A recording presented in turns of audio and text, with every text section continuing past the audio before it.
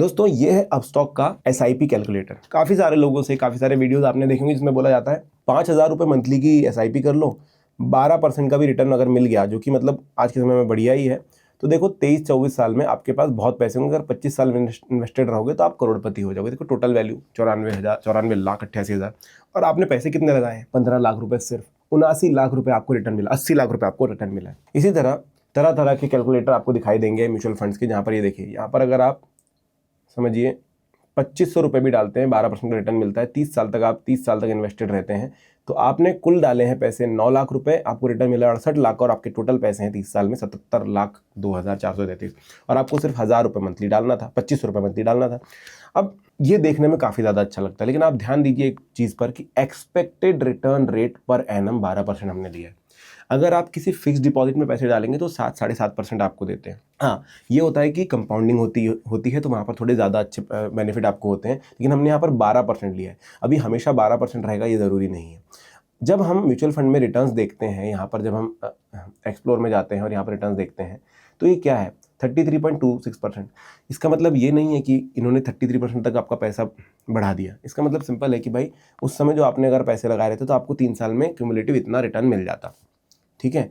और बहुत सारे लोग चार्ट भी देखते तो बोलते कि भाई हाँ, इस पे तो इतने अच्छे रिटर्न मिल रहे हैं, इस पे डाल दो। ध्यान रखो, FD बोलता है कि 7.5% रिटर्न मिलेगा, लेकिन म्यूचुअल फंड बोलता है कि पिछले 3 सालों में इतना रिटर्न मिला है, अगला मिलेगा वो गारंटी नहीं है।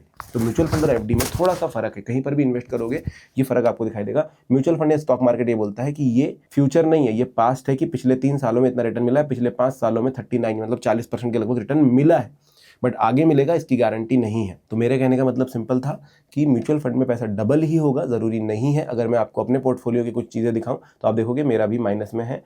यहाँ पर एक म्यूचुअल फंड है मेरा जिसमें आप देख सकते हो ये अभी भी घाटे में चल रहा है, 49 रुपये आपको घाटा ही दिखाई देगा। यहाँ पर नीचे भी आपको बहुत सारे फंड दिखाई देंगे। इवन जब 1 साल में इन्वेस्टेड रहा था तब तक मैंने अपने पोर्टफोलियो का भी ग्रीन नहीं देखा था। कहने का मतलब ये है कि अगर आप इस गारंटी के साथ पैसे इन्वेस्ट कर रहे हो कि पैसे तो बढ़ेंगे ही बढ़ेंगे, तो ये थोड़ा सा मिथ है।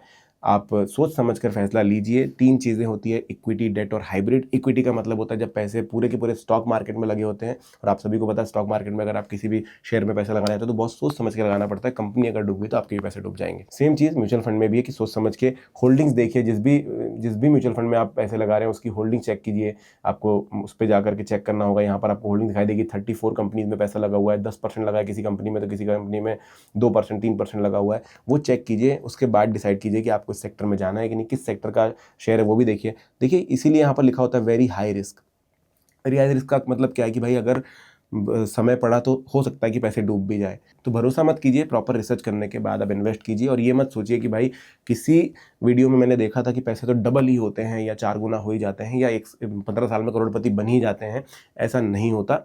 बाय चांस ऐसा हो सकता है अगर मार्केट आपके तरफ रहा तो, बट ये गारंटीड नहीं है। कोई क्वेश्चन हो आपके तो आप कमेंट सेक्शन में पूछ लेना।